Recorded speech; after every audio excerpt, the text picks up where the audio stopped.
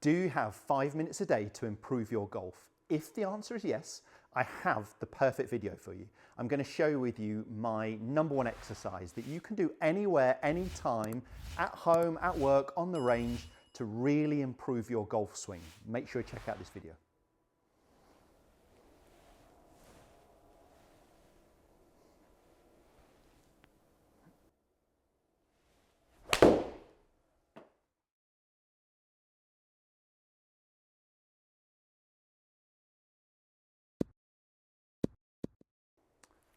Range, and you can do this exercise first before hitting some shots and break up your practice, fantastic. But this literally can be at home or in the office whenever you've got spare time. We've seen loads and loads of exercises on YouTube, right, for fitness, 5 minutes, 6, 7 minutes a day. Why can't we do the same for golf? Of course, in 24 hours, we've all got the time to do it. This doesn't need a ton of your attention. It could just be in the living room while the TV's on. Could be small periods at different times, 2 minutes waiting for the toast to pop out. But I guarantee if you do this exercise, you're going to see an improvement in so many aspects of your golf swing. So the exercise I demonstrated there was a split hand exercise, which is where my lead hand is at the top, my trail hand is split at the bottom. And what I was feeling and working on in the backswing was allowing this trail arm to fold. When you did a split hand drill, you'll definitely get that sensation.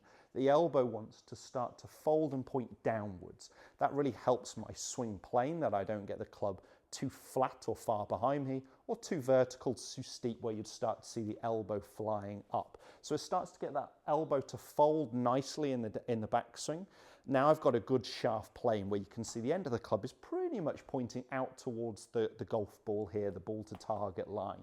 So that split hand allows my arm to fold, which really allows me to feel the right wrist position at the top. So with my trail wrist, my right arm here, I want to feel almost like a waiter with that trail hand, like my palm is starting to point a little bit more up. If you get that, you will have a very flat lead wrist, and that will give you a neutral club face position. We don't want that club face to be excessively open or closed, where we're going to struggle to control that face. We'd love to see a very neutral wrist position. So the focus point here is all going to be about what this right arm, this trail arm, is doing with this.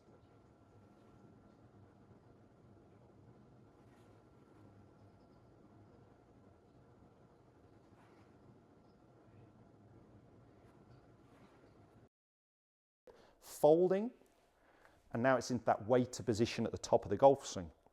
In the downswing, as I said, this works in so many areas. I'm just trying to feel like it stays folded and it works in front of my rib cage, in front of my trail hip here. So I've still got some flex in it. Now that helps me maintain some angle in my wrists. We need the angle to go, but we want the angle to go more down here into impact. We don't want to let that angle go too early in our golf swing. We don't want to feel like we're losing it here. We want to feel like we lose it a lot later in the golf swing. It also again helps my shaft plane. So from the downline point of view, you'd see that club shaft is almost running through my trail arm, my right arm here. What a lot of golfers get wrong, the golfer who's out to win, slicing the golf ball, will have the club over here, outside their left forearm. I want it through my trail, my right forearm. Or if you excessively the other way, almost laying the club too flat, you can see this club is almost horizontal. It's nowhere near my trail arm. So with that split hand grip, again, it helps me improve the path. I can then feel into impact that my trail palm is starting to point downwards towards the golf ball. That really helps me manage that club face position. Because at the last parallel position, I would love that club face to be a similar angle to my back. So I'm starting to feel like my trail palm is pointing down towards the golf ball. And lastly, into impact, I'm feeling like my trail hand moves down towards the golf ball. What does that do to my lead side? Well, as my right side moves down, my lead side, my left side, is moving up. It's moving up and it's starting to rotate. So it's really allowing me to push off the ground, start to extend my lead side correctly. So I'm using those vertical forces and I'm using some rotational forces. So this practice is all about the right arm for a right-handed golfer, the left hand for a left-handed golfer. And just doing that split hand exercise, it's going to work on your swing plane, your wrist angles at the top, your swing plane on the downswing, your club face position, and what impact is going to feel like about getting these compression angles here where we're getting our trail side, our right side moving towards the ball and our lead side up. Now you may not need to work on all of that, but it's not going to hurt you to rehearse the correct movements, the movements we would class as quite neutral or orthodox. Now there are great golfers with slightly unorthodox movements, but they all deliver the club in a good position here, here and here. Okay, so the guys who do it a little bit differently still get that club in a good position just pre-impact, impact and post-impact. Otherwise they wouldn't be good golfers. So we need to deliver the club correctly here. Getting into the right position, if you like, at the top is only going to make it easier. Remember, these guys that are in slightly unorthodox positions have probably been doing it for a long, long time and managing it very well. If they can do it consistently and under pressure, there is no need to change. But for the average golfer looking to change and to improve, if we get everything a little bit more neutral at the top, a little bit more on plane, it's not going to hurt them, right? So that split hand grip, fantastic exercise. Let's quickly run through it one more time. So normal grip with my lead hand, trail hand's going to go right down the bottom end of the grip onto the shaft. Doesn't matter what club you do this with, just anything you've got handy. Doesn't even need to be a golf club, so it could be a stick or anything. The benefit, I guess, of having the club is at least I've got a face here to start to look at. Okay, so we can start to manage what the face angle's looking like. But the exercise could be done with anything. So backswing, it's just going to be allowing that trail arm to fold correctly in the backswing, and it's going to be sitting downwards nicely at the top of the golf swing, which means I get a good trail wrist, which means I get a good club face angle. What's wrong? Well, I don't want to see here, excessively here, out and I'm out of posture. I'd love to see that trail palm starting to point a little bit more upwards. It's not going to be here. Unless you are double jointed, it is not going to be here. But it's the feeling of that weight to right hand, elbow staying in front of my rib cage and flexed, and you can see I'm managing that club path really nicely through my trail arm.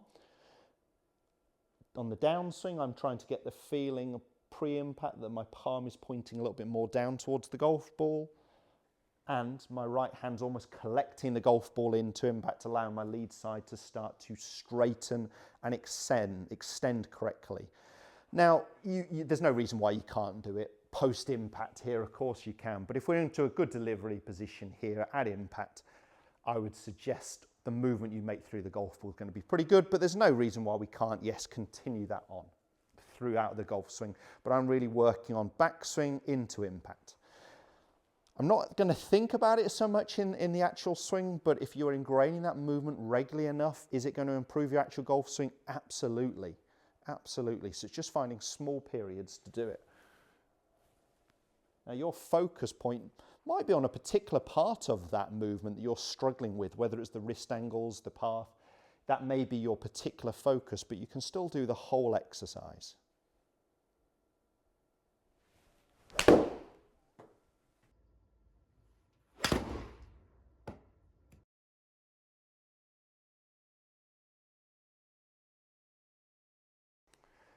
So when you're on the range, if you do go and hit some balls, even if it's airflow balls in the garden, I would, every 5 shots, go back. I struck that lovely, it just went a little left of target, but I would break up your practice with doing some of those drills. So I'd hit 5, do some practice on it, some exercises, hit 5, do some.